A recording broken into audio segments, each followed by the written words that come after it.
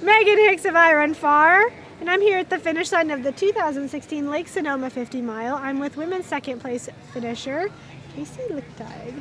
Hi. Hello. How are you? I'm well. Are you? I'm good. You just took second, girl. It was And good. you had a smile on your face the entire day. You must be well. It was fun. I had a good run. So you've had some challenges this winter. Talk about what you've been going through. Yes, I had insult to injury, kind of. From Literally?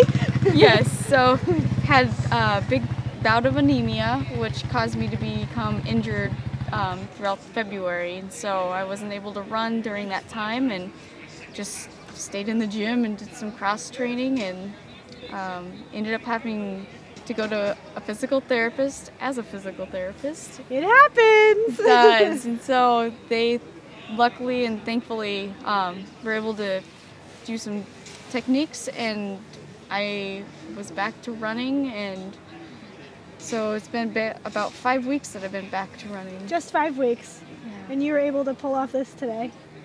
It was a good race. It was I've been really cognizant of like doing what I need to do for my health, and so that paid dividends.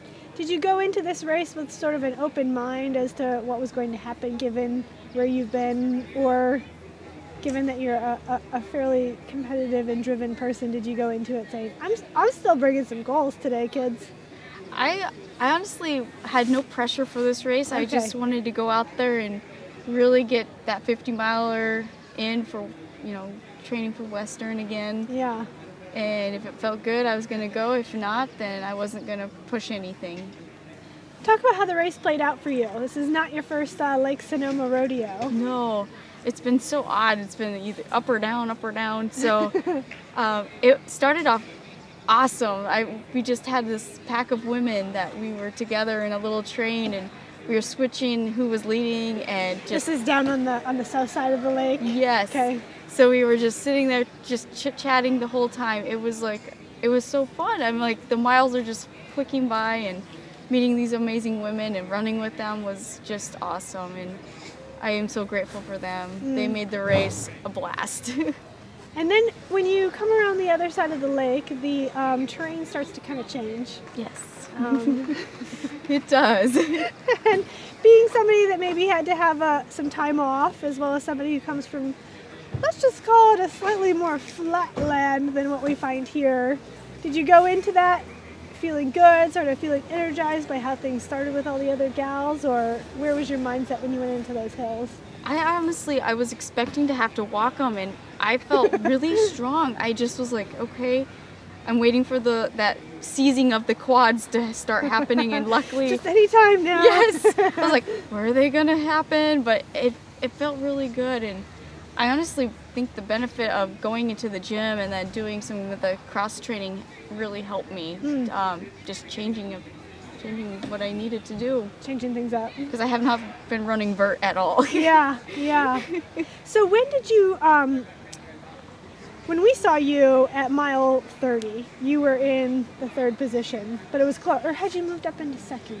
I think you were 30. I was still third. Yeah. So when did you pass by Camille to take over second place? It was within that next aid station, that one aid station that's like on the top of the hill. Okay. Kind of, there's only water there. The Wolfowl aid it. station. And then okay. through that section, I came upon her and she looked like she was having a hard day, but she was gonna tough it out, and so that's really awesome. Both you and EU looked really good, and as a spectator, we were all kind of like, it sort of seems like a little bit of a toss-up, like they're both looking really, really good. Did you, as you were coming back around the lake the second time, were you looking in front of you? Were you looking behind you? Were you sort of just living inside yourself? What was going on then? I kind of just stayed in my zone, and I was just making sure that I was running my race and not gonna blow up or cause any issues. So I was happy. I'm just happy to be running, and it doesn't matter. I don't care. Happy to be running, and happy to be running in California. Yes, I needed this. Awesome. Well, now you have this second place, and now you get to look towards Western States. Yes. What is going to happen in the next couple of months between here and there? Are you going to go home and train, or are there any more races? But I'm going to kind of do the similar thing as last year. Okay. I'm going to go to Silver State again and run their 50, Okay. and that's a blast. And then the Memorial Training Run weekend. Let's come back out here for that. And then seal the deal for Western then. Okay. Finishing second place at Western States is a pretty big deal. When a person finishes second and then comes back again, I can't help but wonder, are they looking for something a little bit more at a race like that? Is Western States a race that you think you have the capacity physically, mentally to win? Is that something that you're seeking? I would love to. It would be an honor and a blessing to do something so amazing, but you know, there's such a depth of talent, and it can be anybody's day. 100 miles is a really long ways, and it just, whatever happens, I'm just thankful to be on that starting line again. But like when you go into, you know, some of your hard training runs, and you're, you know, thinking about, well, this is for X, this is to help me towards X. Can you like tangibly grip yourself around the idea that that's a race that I potentially could win? I don't know, one day would be amazing, it would be a dream come true, but like I said, there's so many amazing women that are out there, Okay. and I'm just happy to be there. Happy to be there. Yes. Okay. Fair enough. Well, congratulations to you on your you. second place at Lake Sonoma today. And thank you for being here. #see you in Squaw. Woohoo! Okay.